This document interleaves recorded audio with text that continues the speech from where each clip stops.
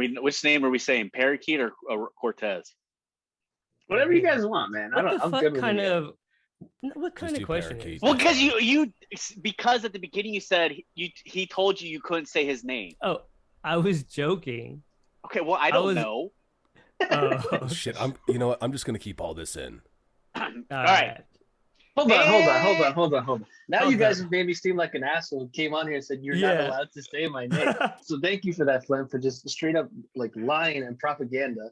I prefer Parakeet Cortes. Go to hell. Thank you. Continue, please. This is starting off well. All right, can I go now? I'm ready.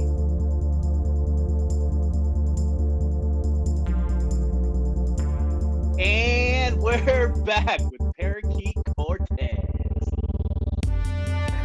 And we are back, and you'll hear that fun intro. Not awkward at all. So welcome, Parakeet, who I think most would agree is probably the most conditioned, the most professional person on Twitter.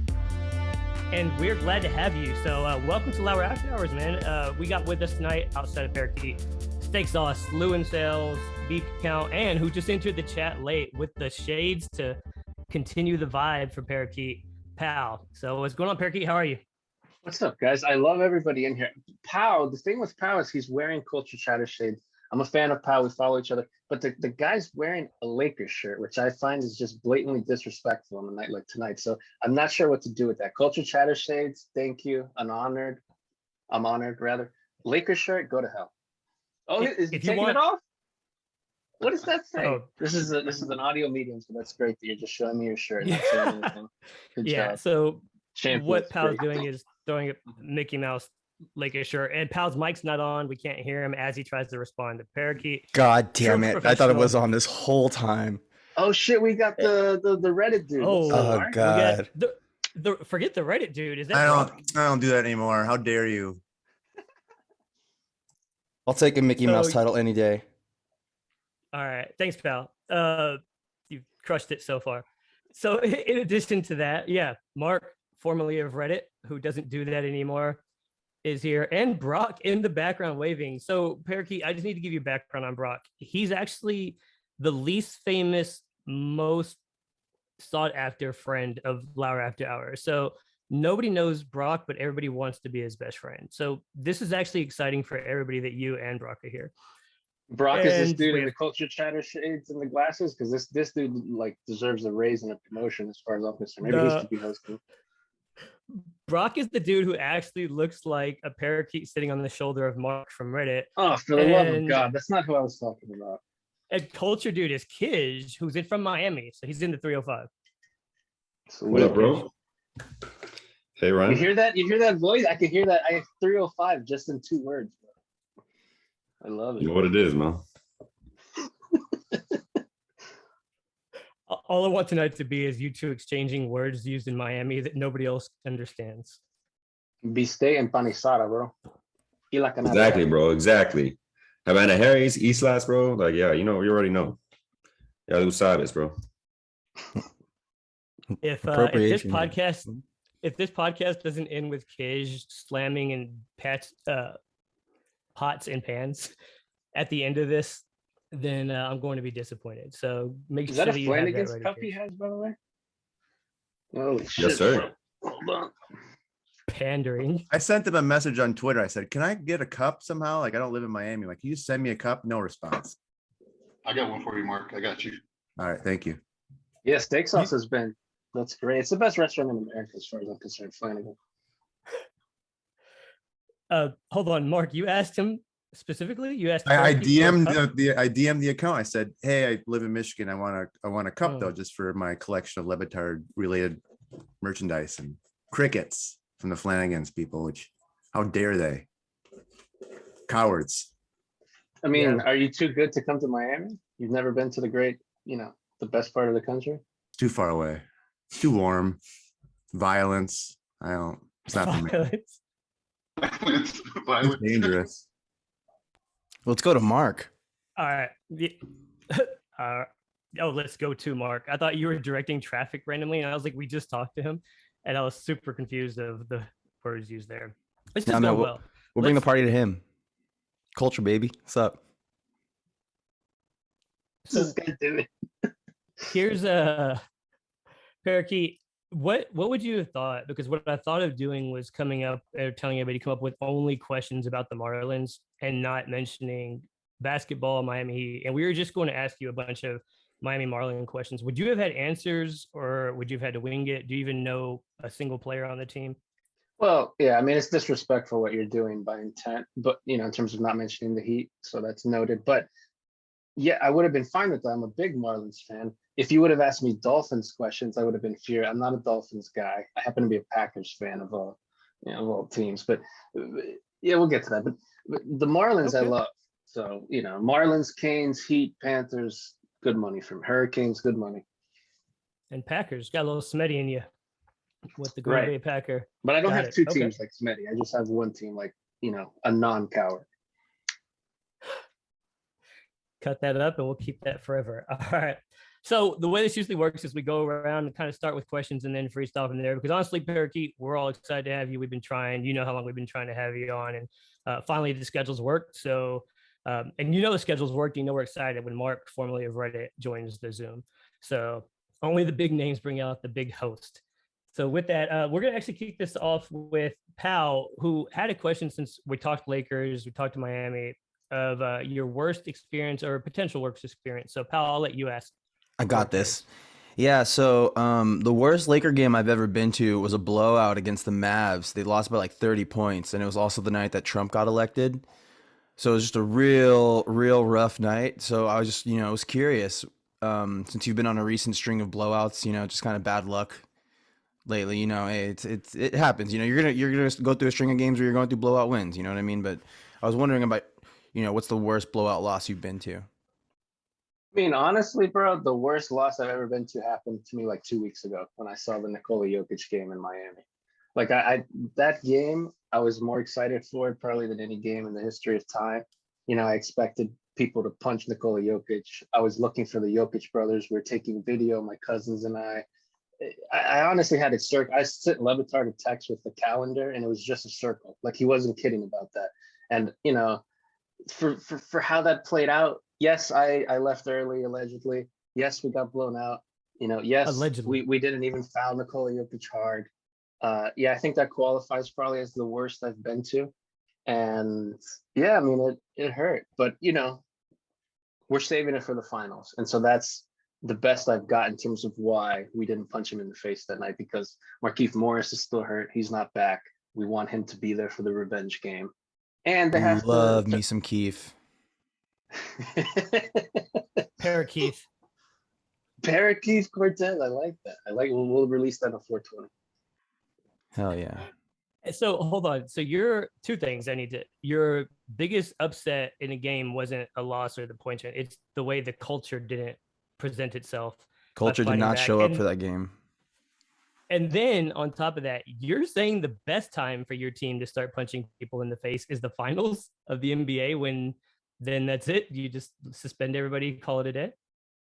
Well, in a scenario where the whole teams are fighting each other, it would be hard to vet out what happens. Because I'm picturing a sort of a hockey fight. That's what I expected to happen. Like they throw the ball in the air and the Miami Heat are just all punching Nikola Jokic in the face. It didn't really happen like that. Like it was quite the reverse. Like Nikola Jokic had like 30 and 10 and we lost by 20, but it's fine. It happens. If there was a single player, let's say the brawl breaks out, is there a single player you're confident in, like, what, I'm going to join the culture, join the brawl? Is there a single player on the opposite side of that court that you're like, I could take you one-on-one? If I have like this advantage of, you're not seeing me coming. This may shock all of you. I'm not afraid of Nikola Jokic. Like, I think I could take Nikola Jokic one-on-one. The height, is quite a problem, but I think it's a huge advantage for me because he's so tall and lanky that I'm just going to pummel the fuck out of his calves, bro. Like his legs are going to be like in the mud, and then he's going to fall down, and then he'll be at my height, and then sakate right in the face. Quick question. Do you like breakfast? I don't, other than croquetas. Okay, well, I was going to say his knees are going to be wheat toast. You know what I'm saying? Like, they're just going to be done because you're going to be wailing away at him. You could have gone with any food, literally. You chose to go with wheat toast. Yeah. I don't even know that that's the breakfast food. Go ahead, Mark. I feel like he's always bleeding. So a couple quick shots, he'd be weakened by blood loss. Be an easy takedown. I agree. He is profusely bleeding. I don't know what to make of that other than cowardly, DNA. So Mark, you have his flesh is just being easily explodable. If you punch him a few times, all Yeah, the it's- little he's- holes just kind of open up. Got He's it. like paper, like he's like Eastern European paper that just if you touch it, it kind of starts cracking and leaking. It's bizarre. And they want to I make didn't- him MVP. Get out of here. Pathetic. European. I didn't know Eastern Europeans paper was different than all other paper, but Now What do you you have do. against Eastern Europeans, bro? I don't think we're supposed to be talking about this. I don't. yep, that's all right. We got a Russian in the house in KIZH, who Parakeet is already deemed the most 305 worthy person here. We'll keep it moving then, since we're on the Heat stuff before we get into some Bob Ryan. Steak, did you have something there? Okay, nope, cool. Yeah, so we're gonna go to KIZH, and KIZH probably has more questions for you because he obviously was ready for this entire Zoom. Like if he showed up by himself, it would have been his dream. It was just you and him one-on-one. KIZH wants to ask you questions about the all-time Heat. So go ahead. Yeah. So first of all, it's as a distributor of Heat propaganda, it's an honor to finally meet the minister. So thank you for joining us, Ryan. No, my pleasure, bro. Yeah, thank you, man. So can you name me a starting five of your favorite Heat player names? So like a name that brings you joy or just like makes you laugh. And like That's- five wow. five starters and then one off the bench and one for fun. Wow, that was not where I was expecting. I'm expecting, who's your top five. You're going with just funniest names. So let's see, Vladimir Stepania, for sure. That name brings me immense joy. If you don't know who Vladimir Stepania is, you're not a real Heat fan. Go to hell. I don't care about you. Like you showed up on LeBron this year. Vladimir Stepania, like that's when we sucked. And if you were there for that, you're a real Heat fan. Vladimir Stepania, I would say Michael Doliak brings me a lot of joy for that, Good the one. songs on the show. My back, my neck, my back, my Michael Doliak. Mario Chalmers would be three. He brings me so much joy. I interviewed Mario once. He wore sunglasses at the time. I mean, he was phenomenal. He kept saying the word swag. He ate Chipotle. Let's see. Chris Bosch brings me joy. That'll be four because he poured the champagne on his head so sexually, so seductively. That's usually my avi for work. For other things that are inappropriate. That's four. I'm gonna go five with. That's a good one. Let's say Jimmy Butler, because I think Jimmy Butler right now has more guts than any Heat player I've ever seen, and that includes Dwayne Wade. Because Dwayne Wade's a traitor, and he went to Chicago, he went to Utah, he went to Cleveland, and so Jimmy Butler brings me more joy than Dwayne Wade. He brings me more joy than LeBron James. I have a Dwayne Wade jersey also. I get it. I have a Dwayne Wade piece of art. If this was a separate conversation that somebody was attacking Dwayne, I might defend Dwayne. But in this version, I'm just going to attack the shit out of Dwayne. So that gives you five. Let's see here. One off the bench and one for fun. One off the bench. Rest in peace to this man, Russell Butler. I'm going to take him because, he brings me joy. That name, I think about Eric saying it all the time.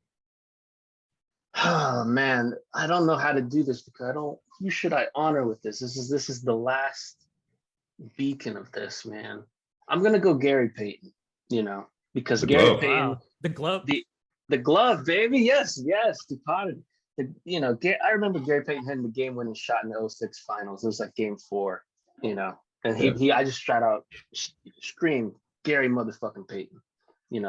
I was 38 years old, but it was a great moment, and I love all those players. So thank you for that question. Of course. And speaking of, you mentioned Eric Reed and his like love for nicknames. Do you have a favorite nickname that Eric Reed has bestowed upon a Heat player? So mine, without a doubt, is the man with the golden arm. That's like easy. I don't know that I have a nickname I love, but what I do love about Eric this year is just an uncommon amount of shade. He's been taking so many shots every game he knows what he's doing. Like, first of all, he took a bat to the knee of Blake Griffin earlier this year. Like, he savaged that man. Basically said, like, he's a broke boy. He shouldn't be in the league. He doesn't know how to play basketball. And he's just been, taking shots every night. I think Eric's probably the best play-by-play guy in the game, And, I think with John Crotty, if you guys pay attention, he always says the word situation like 500,000 times. He just says, this is a broken finger situation. This is a foul ball situation. It's an inbound situation. So if you pay attention to the Nets, you can drink every time John Carter says situation. And I'm sorry, I don't have a nickname.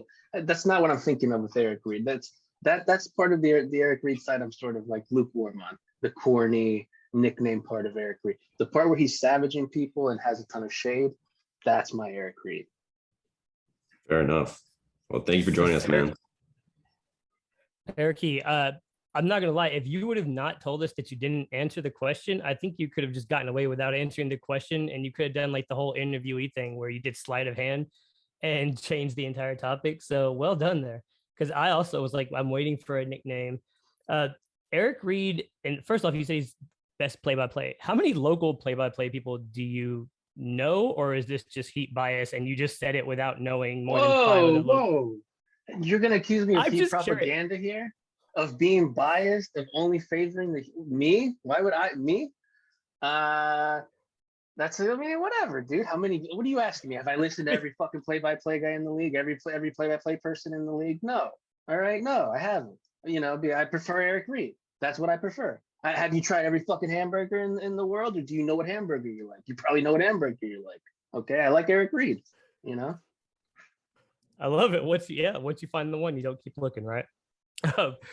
I was waiting to be like, what do you do? Listen to AM radio all day? I will say though, a bit of non-propaganda. The top 2 broadcasts in the league, non-Heat division, the Hornets. Okay. Hornets broadcast is a ton of fun. It's just fantastic broadcast. They do a great job, and I really like the Nets broadcast. You know, the Nets. Forgive me, I don't know either of their names, but it's a duo that's really good. You know, that's not great advertisement for them. I can't even name them, and I don't know the Hornets people's names either because they're not Eric Reed. But you can trust me on Hornets and Nets. And without even knowing, Hornets. Hearing the Hornets, without Hornets was the joke. Without even hearing Hornets play-by-play, if you can make the Hornets fun, I think that makes them number 1, because I don't think anybody here would have guessed that the play-by-play people for the Hornets. But you know what? It's not. It's Eric Reed. I don't want to get into an argument with you. Thank you. Mark, you had a question for Parakeet. I did. Ryan, first, I'm a big fan. You make me laugh on Twitter almost more than anybody else on a consistent basis. I shouldn't say laugh because you're not trying to be funny. I should say you entertain me more than anybody on Twitter. So my question is, I love when you call people cowards. So I was wondering what are your top 3 fan bases that are cowards? And if you want to pick out a specific NBA player that's maybe the biggest coward, and then go off the board, just a person in general in life that's the biggest coward that you know outside of sports. Oh, what a great question. Thank you. Well, first of all, I'm also a big fan of yours. I think you're great on Twitter. You were great when you ran the Reddit, and whether you run it now or not, you've done a lot for the show, just, you know, clips wise and everything else. So it's nobody asked you to do that, you know, and that's a thank you for all that. That's everybody with the show fucks with you, all of you guys, but in particular, you know, the work you've done on that account. So can you tell Dan to give me some money? See, now we're getting into it tricky. Also, I wanted to call you out on the idea that you said I'm almost as entertaining as anybody on Twitter, and then you framed it as the most entertaining. So I'm you know, Chris Cody, if you're listening to this, he basically said I'm more entertaining than you on Twitter. So, okay, the top 3 cowardly fan bases. I mean, 1 and 2. God, I already have the answer.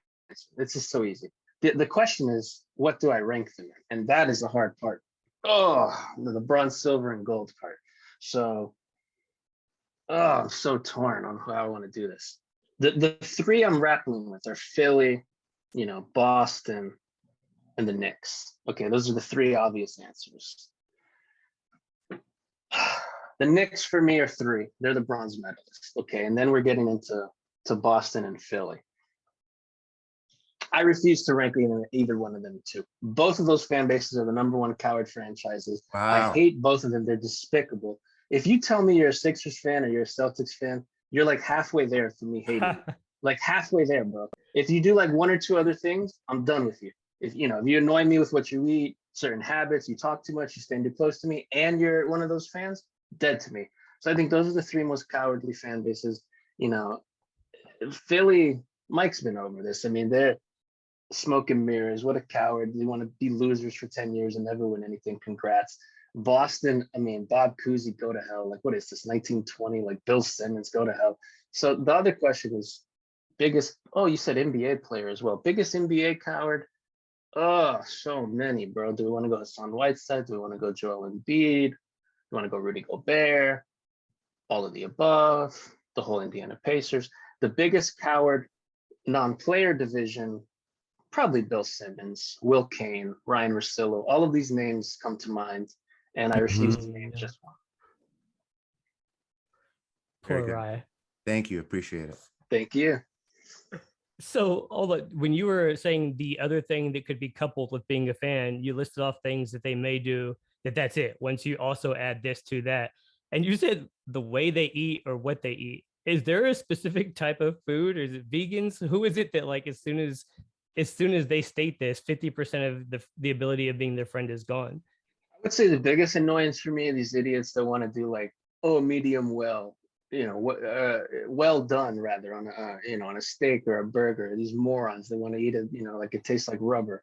It's like, hey, the chef told you it's medium rare. That's what you should be eating. You might want to listen to the chef, bro. He's the scientist in this operation. Oh no, I'll take it well done. You're a moron.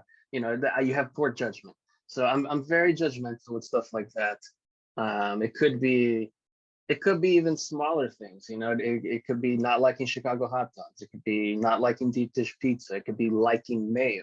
I think mayo's disgusting. Chris Cody loves mayo, for example. So any of those things, red flags.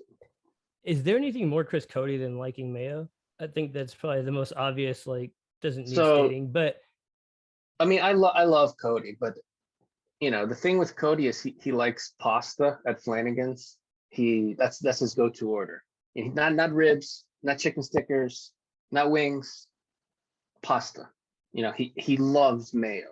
So there are some questionable opinions. He doesn't like potato skins, for example. So if you could, just be careful with Chris Cody and food. He loves food. He doesn't necessarily like all the right foods, Just saying. Well, hold on. Is Parakeet willing to go on the record and say that Chris Cody is kind of a fraud when it comes to the food spectrum? Everything he claims to be the food specialist, that it's really just bad take after bad take? I'm willing to do that. Yeah, you are. Okay. Wow. All right. He's the cowherd of food takes, is what we're doing here. All right. So I'm glad that it was the well done. I was like afraid that we were going to put you out and you get canceled for going after vegans or PETA. But yeah, I think the world can agree on, even like the vegans, if you're going to eat meat, eating it well done is just pointless. So they can all go to hell. I'm with you. I have no issue, by the way, with the vegans. Nobody's going to cancel me. I think if you want to eat vegan, because protect your stomach, man. If eating vegan helps your digestion, good for you, bro. I have no issue with you. I'm gonna eat ribs and croquetas because I'd rather, and I don't care about my stomach, But if you do, go for it. I'm not gonna judge you. I will, however, judge you if you eat well done steak. Then you can go to hell. So, does anybody here on the camera eat well done steak, and do they have an argument against beep, or beep against? I don't know. That's because I thought beep would be somebody to eat it against Parakeet. No, okay. I just wanted to make sure because if somebody time out. There is no way in hell that I'm ever gonna eat a well done steak. Wake. Okay. Yep. Take that to the bank. So, are we rhyming? Or let's do a freestyle for I don't. That take was so. dank. Okay, that's that loud. That's that long enough. It's. Hold on, stop talking, Frank. Steak sauce, the only natural transition after the freestyle and talking about steak was to go to you. And here's the deal. I'm not even sure if you had an organized question. I know you just want to talk to Parakeet. So I'm just going to shut up and let you talk and hopefully let Parakeet forget about the last 30 seconds of this Zoom. I don't know how to follow that. That was such a good joke there. Parakeet, you're the minister of heat propaganda. I know you're our guest, but I want you to do some work tonight. So I'm from Albuquerque, New Mexico. Don't have any professional sports teams. So when you're a kid, you just kind of pick a team and stick with it, right? So when D Brown won that dunk contest in '91, I said, cool, I'm a Celtics fan. So that's the only allegiance I had to them. Never been to Boston. Paul Pierce is an embarrassment. Rick Pitino era was a joke. I mean, I like Jason Tatum, Jaylen Brown, KG, all them. Peyton Pritchard is basically Tyler Hero if he was white. So I mean, it's got a few things, but can you give me the edge? Push me to join the cult of culture. This is a love this. fantastic question, Steak. Steak is a person I love, by the way. The thing is, you care about the things that matter in life, right? You care about good food, you care about social justice issues, you care about good sporting teams, you have a lot of different interests. You have a fandom of a racist city in Boston, okay? You're associating with Bill Simmons, okay? You're associating with Bob Cousy. You're associating with lobster rolls and all this bullshit that Boston eats. It's a horrible city. I never want to step foot in Boston. It's disgusting. Duck boats, all this bullshit. Who the fuck wants to go there?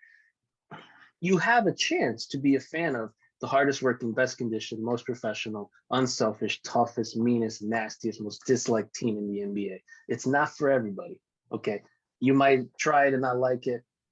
That's okay, you know? Then you become an enemy, then you're dead to us. But if you try it and you have the guts and you're willing to be top of your class, you're willing to work the hardest, you're willing to have 6% body fat. Okay, I don't know what mine is. I think it's 6%. Then you can become part of the culture. You could tell it's close. It's close. The Heat are the greatest organization. They provide the most joy. Okay, they have the best play-by-play people in the business. It's hilarious. Every year, they're coming for your throats. Every year, they're coming to win the title. There's none of this bullshit process, or we're going to tank, or we're going to lose to go draft them. No, you know what? We're going to go develop our own players. We have the best coach in the league. We have the best development system in the league. We have the best capologist in the league in Andy Ellsberg. We have the best, owner in the league in Mickey Harrison. We have the best shadow GM in Pat Riley. There's no argument on behalf of not being a fan of the Miami Heat, unless you're a coward, unless you like losers, unless you don't like good basketball. That's I'm my definitely argument. not a coward. I got goosebumps right now. I'm ready to run through a wall for this team. Let's go Heat. Hell yeah. Get you a jersey, post I'm it on board. online, put hashtag culture chatter, and you're part of the fucking club. Get you some I'm on it. shades, okay? All you got to do Okay. is go to Amazon, you search sunglasses, the first result, they're $14.99. Get them sent to you. Okay, they're the best sunglasses in the world. All right, so when I come out for a game, man, you meet me out there. We hit Flanny's. Which one? The Grove? The Grove, so I had a buddy that wanted to meet me, but I was down in Miami. He wanted me to go north, meet him, and I said, well, the only place in all of South Florida I want to be at is Flanagan's at the Grove. It's the only place I want to be at, let alone the only Flanagan's I want to be at. Okay, if as someone who's a Flanagan's expert, if you try some other Flanagan's, they're just a little bit off. Whether it's the atmosphere, the size of the place, the taste of the chicken stickers, the Grove is where it's at. There is no better place than Flanagan's at the Grove. I live 5 minutes away from that one, so hit me up next time you're around. We'll We're eat some. going next time, bro. We're eat some going ribs. next time. KIZH, is that the one we went to? Yes, sir. Yeah, I took That's steak the over one I there. carved back into the pole. This The fucking whole coward patio. Mark That not was only great. left the chat, he's never been to Flanagan's. Meanwhile, Steak lives even further than him. He's That's true. been not only to Miami, to Flanagan's in the Grove. Mark, if you're listening, still go to hell. Ooh, go Heat. I love this so much. Where were you a year ago, Parakeet? You could have stopped many things from happening. Mark is a coward. He's a fraud. He's just a Dan fan, and everybody else on the show he doesn't care about. And yeah, you're right. He's a fraud, and he did leave, and he always leaves. If you were Mina, guarantee you wouldn't see Mark step away from that camera. Let Yeah, me tell this you, I'm is- at work right now, and I'm not going nowhere. Yeah. Well, Steak's also a fraud. Steak also hasn't showed up for a guest in about 6 months. So don't let Steak also not make he's a fraud. This is I how can wait important you for are, though, Parakeet. Parakeet. Yeah, that makes That's me what I'm saying, honored you even bring- more. Yeah. You bring our big names out. Like I'm more surprised to either see Mark or Steak than even Parakeet, who's Hold dodged on, us. How many? Hold on. Where's Morgan from Australia? She's a Celtics fan. If you're Yeah. listening to this, go to hell. Go ahead. She wanted to be here so bad. She's texted me that she was unable to make it and she was looking forward to it. But I will let her know you said go to hell via text right now. But Morgan, yeah, no, if she you're did want listening be to here. this, you're a coward. You would have come on. You would have asked me about the Celtics. You didn't. You're afraid. And now I'm convincing Steak Sauce that he's no longer a Celtics fan. And so you can eat that. Thank you. Coward. I think no argument here. I guess Morgan's a coward. Any disputes from anybody, or is everybody scared of Parakeet at this point? Stakes absolutely still a Boston fan, and as soon as he hangs up, he'll go put on his Boston jersey. He's a fraud. Hell no. The G League team, dude. Is there anything, all right, Parakeet, will this be your biggest professional accomplishment if literally as of today, Stake becomes a Miami Heat fan?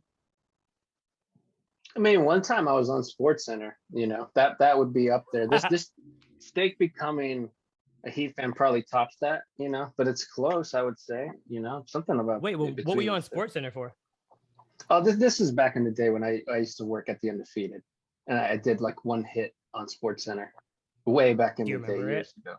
Do I remember it? Yeah, I mean, it gave me. I wanted to throw up all day. I hated it. It was horrible. Yeah, I had. No, what do you think? So, do you just not like? Because I know I think maybe behind the scenes we talked about this. Are you not a fan of the camera when it's live? Because you're really good on Twitter and even your social media videos. I think like the Stephen A. trolling in the offices, back in the day, the ESPN building. So. What is it? Is there a camera issue here, or is it just like the structured live TV and you're good if you're just on your phone being you? I mean, as it relates to like Levitard stuff, I mean, I'll do whatever they want. I feel comfortable with them. That's family and stuff, and some of that stuff is live and some isn't. But yeah, in the broader sense, yeah, I'm prefer behind the scenes, and I shifted to that years ago. So I came up trying to be a writer, trying to be the next Dan, and I was writing at the Undefeated. That was the path. And I just, to do that well, you have to, I was getting asked a lot to do radio, to do TV hits after you would write stuff. And I didn't like doing that. It gave me anxiety. Other people would enjoy it, and for me, I was just like, I would want to throw up all day. I don't want to, be live on SportsCenter being asked about something. The only thing that can happen is something's going to go wrong. I might forget something. I might sound stupid, anything else. And so for me, I just didn't like that feeling. And I shifted to go be a producer and started working. I found there was ways to still make big impacts on shows behind the scenes where you weren't, or, writing or anything on front facing on the camera. So yeah, for me, that was a conscious choice that I like the feeling better of behind the scenes. And yeah, for Twitter stuff, that's the thing, right? It's Twitter. I can edit it. The videos, I can edit it before I put it out, make it look how I want.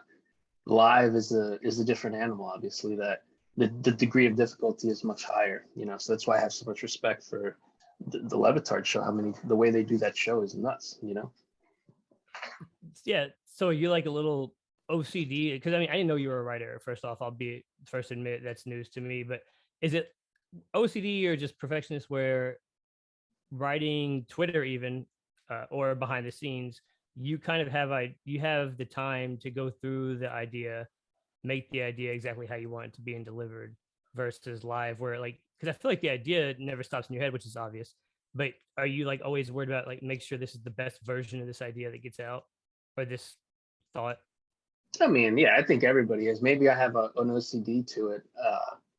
But yeah, Twitter's a different animal because Twitter's just like this beast that's running 24 hours a day. And there's a lot of you forget about stuff that happened 10 minutes ago. There's just so much shit happening. So that makes a lot of margin for error in terms of if you get something spelled wrong, it's not as big a deal. But yeah, for sure. I have that sense where I'd prefer to be able to craft something the way I want it exactly, always, whether it's a video, writing, anything else, rather than just, off the top of the dome, Yeah, no, and not everybody's like that. And all of us are proof of it as we shoot off horrible tweets day after day and hour after hour without any sort of remorse. And we just move on the shoot or shoot mentality, shoot ourselves out of a bad slump and get happy when we hit one. So, all right, with that said, I think we have a couple of things that I actually kind of wanted to. You mentioned the shadow, and I don't know how much you can say here, and I'm not trying to put you in a bad spot, promise.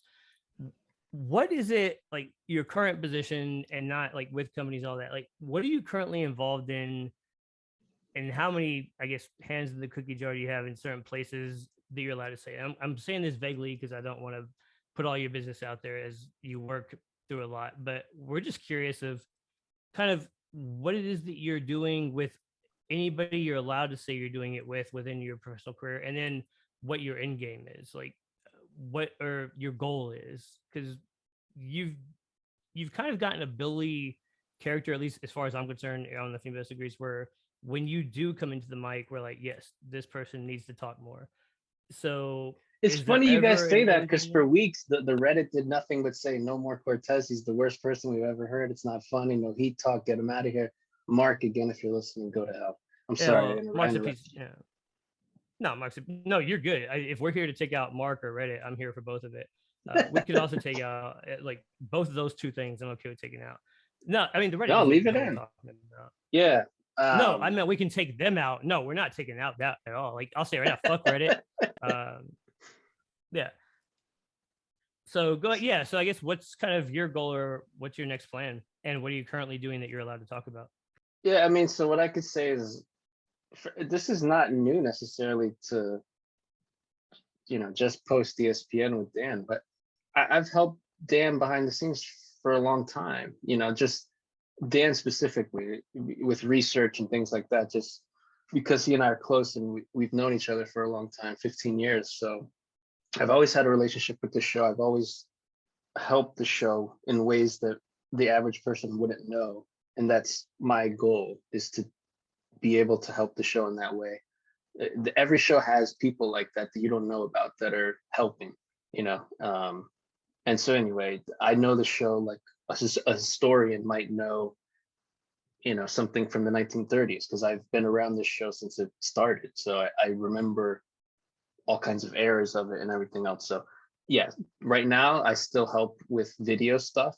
I'm part of their video team and ways behind the scenes and stuff like that. And you'll hear me occasionally talking heat, but the show existed without any of my help, and it could exist tomorrow without it. So I don't take too much, stock in that. The show is a monster, not because of me. I just help buffer it, and help make it look nicer. And that's an honor to me, because the fact the show still exists is nuts. So I do stuff with the show in that way, and I still work for Eric Rydholm, who is the EP of a bunch of shows. He's the greatest boss in the world. He PTI Around the Horde, Debatable now, formerly High Noon, formerly Jesus and Mero. So I've worked in some ways.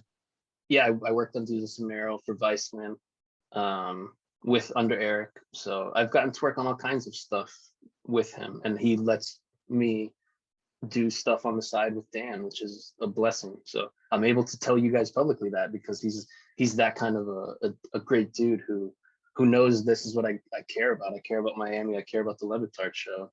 That, so that's really lucky that I have that ability to do both things.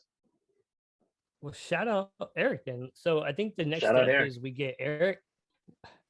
Shout out Eric. And I think the next step is we get Eric on the pod. And then after that, of course, we get Jesus and Mero on the pod, right? Like Jesus and Mero as a butcher that you have so much to gossip me. Your question was not anything about Jesus and Mero. Is can you get me Jesus and Mero on Lour After Hours? Yeah. So I mean, I didn't. Here's the problem. I was trying to figure out where it is that you worked elsewhere and what else you did away from the show, because we're like, we can all DM the show. And once you gave the name Jesus and Mero, I was like, well, this is it. This is what I was looking for, was a nugget of who we're getting next. So if you just want to text them now, I mean, I don't know if we're gonna, whatever you want to do. I'll let you make the call. Follow up in 7 days and COB, and we'll get Jesus and Mero. Though I didn't know that you were on Vice, so we're part of that specific team on Vice. So were you part of the actual like prime hockey stick spike where Vice was like for a year or two like the coolest thing to watch until and I'm not trying to take out Vice, it just kind of became where it was really hard to create new content consistently for that genre, if that's a way to put it. But were you part of that like really high point where Action Bronson and everybody else were on it? Yeah. Yeah, I mean, I was at that building a lot when Action Bronson was just smoking weed, and it was one of the craziest workplaces I've ever been around. But so yeah, my path to Jesus and Mero was that's right when I left ESPN. So I do the Sports Center hit on a story I did about Alex Rodriguez. I don't like how I feel. I decide I don't want to do that. And a few months later, I leave to go work on Jesus and Mero. That was the next job I got. The group of producers who created Jesus and Mero were the same group of people some of the same people who created Highly Questionable, those producers. And so I was already working on the side on Highly Questionable, doing research and things like that. So when that group of people moved to New York from DC, they were doing Jesus and Mero, and they asked me if I wanted to come be a producer, which was nuts because I had never done anything TV related. There was no reason for them to think that I could do it, give me that chance that early, but that's how it started. So we did Jesus and Mero for about a year and a half on Vice, and then they went to Showtime when their deal was up, and our group went to go produce High Noon for ESPN, which was Bomani and Pablo. That was a show that ESPN did. So yeah, I mean, that I never worked directly for Vice, so I mean, I can be critical of Vice. Vice is they're in the news for all kinds of deplorable shit, whether it's sexual assault or everything else. I mean, they have a lot of stuff to not be proud of, and I didn't work for them, but I worked for Eric, and we worked out of that office, and so I got to see a lot of it and talk to people who worked there and stuff like that. So yeah, I mean, it was an insane experience. You know, those guys, Diaz and Mero, are so much fun, and they're doing TV shows. You see them now on Showtime. They're drinking during the show, and just that kind of atmosphere is intoxicating. You know, or I don't know if that's the word I'm looking for. Intoxicating. It's just it's so much fun. You know, so that was nuts. You know, that year and a half of my life. I never noticed the parallels between the two shows until you just told me that they also did Highly Questionable, and now it's just mirroring obvious. So anyways, all right, so a couple things before we get to the end here. I have two things. Who on the show do you think is like the most underappreciated? And I know it's hard to say because they're all great, but like, or who on the show makes you the happiest when they're doing their best? And on top of that, after that, can you just, believe it or not, and you may never heard any of these, can you just fake it and just tell Andrew Streeter how much he doesn't deserve Suey's whenever we're done with this? And then we'll go to our last question. Or beep it like yes, me after. Let me start there. Andrew Streeter, you can go to hell. I think Fleminem is the greatest rapper in the history of this medium. Not because he mentioned my name on a rap song that was fire, but because he's a great rapper, okay? Unlike you, you're a coward from Utah. That covers that. Remind me again the first part of your question. The person that brings me the most joy on the show, right? That when they're doing their thing. I mean, that's or just in general. Yeah, I think for me it's an easy answer, and it's a cliched answer, but as someone who's been around as long as I have, you have to say Stugatz. I mean, nobody brings a smile to my face like that man. When I give him a hug and you can smell the cigarettes and the unshaved beard is rubbing on your face and he's greasy. I mean, I love that man. And just, you know, the more deplorable he is, the more dirty he is, the more steeped in lies he is, the more, you know, covered in gasoline so he avoids the strip club type story. That's the Stugatz that you ride or die for. And I mean, those stories go back 15 years on the air, but I mean, he's as fun as it gets. And so there's that. And then I think to answer your question, I think new school Le Batard show, because there are eras of Le Batard show, right? There's the more Hawkman era when he was produced, as a Mike Ryan era, there's pre-Hawkman. And so for this era, I mean, Whittingham, when he's in his bag, is just so good, dude. I've known that dude a long time. When I interned for Le Batard, right after me, I think it was right after me, it was Whittingham and then Josh Appel. So, I mean, think about those two. Whittingham and Appel are monsters in this industry for their age. And I mean, Whittingham doesn't need to be doing any of this, man. Like, he could go be doing play-by-play tomorrow. He could do Jason Jackson, no disrespect. He could do Jason Jackson's job, Eric Reed's job, Jonathan Zazzalo's job on radio, as good as any of those people. He's that talented, but he instead is doing Le Batard shit. And so he's been a lot of fun. His ability to do both fun stuff and not more serious stuff, I should say. It's just A+. All right, so we have Stu, who's I agree. I think everybody loves Stu, and then Whitty, which I think became a fan favorite after like 30 days of like him almost being questioned